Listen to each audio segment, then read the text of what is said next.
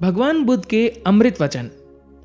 यम ही सच्चम च धम्मो च अहिंसाम संयमो वयमो नवेवंतमलो धीरो सोथेरो तीपवुच्यति। भगवान बुद्ध कहते हैं, जिस मनुष्य में सत्य है, धर्म है, अहिंसा है, संयम है, इंद्रियों का दमन है, सच पूछा जाए तो उसी का मल नष्ट हुआ है। वह धीर है, वही स्थविर है। न तेन पंडितो होति यावता बहुभासति खेमी अवेरी अभयो पंडितो तीपवुच्यति। इसी प्रकार बहुत बोलने से कोई पंडित नहीं होता। पंडित तो वह है जो दूसरों का कल्याण करता है, किसी से वैर नहीं करता और किसी से डरता नहीं। हत्थ संयतो पाद संयतो वाचाय संयतो संयतुत्तमो अज्जत्तरो समाहितो एको संतुसितो तमाहु भिक्षु।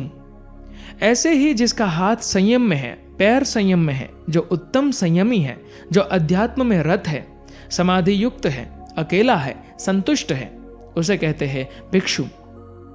यस्मिन्द्रियाणि सम्मथम गतानि अस्सा यथा सारथीना सुदंता पहीन मानस्य अनासवस्य देवापि तस्य पिहयन्ति तादिनो।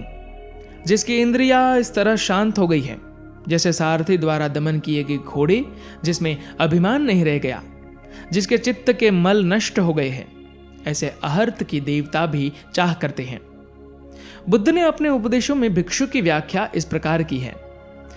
जिस भिक्षु ने शंकाओं का प्रवाह पार कर लिया है, जिसने तृष्णा का शल्य निकाल कर फेंक दिया है, निर्वाण में जिसकी लौ लगी हुई है, जो निर्लोभी है और सदैव जगत का नेता है, उसे मार्गजिन भिक्षु कहते हैं।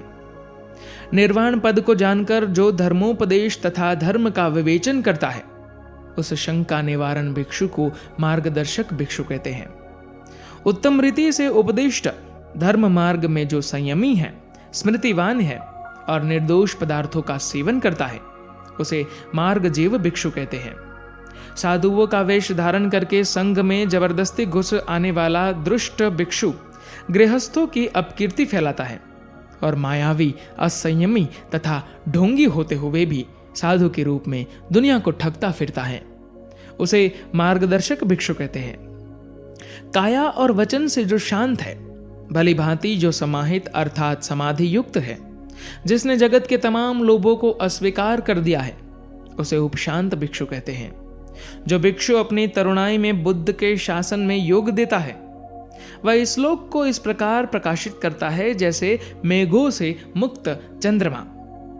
अतिशय प्रमोद युक्त और बुद्ध शासन में प्रसन्न चित्त भिक्षु उस सुखमय प्रशांत पद को स्वीकार कर लेता है जिसमें मनुष्य की समस्त वासनाएं शांत हो जाती है।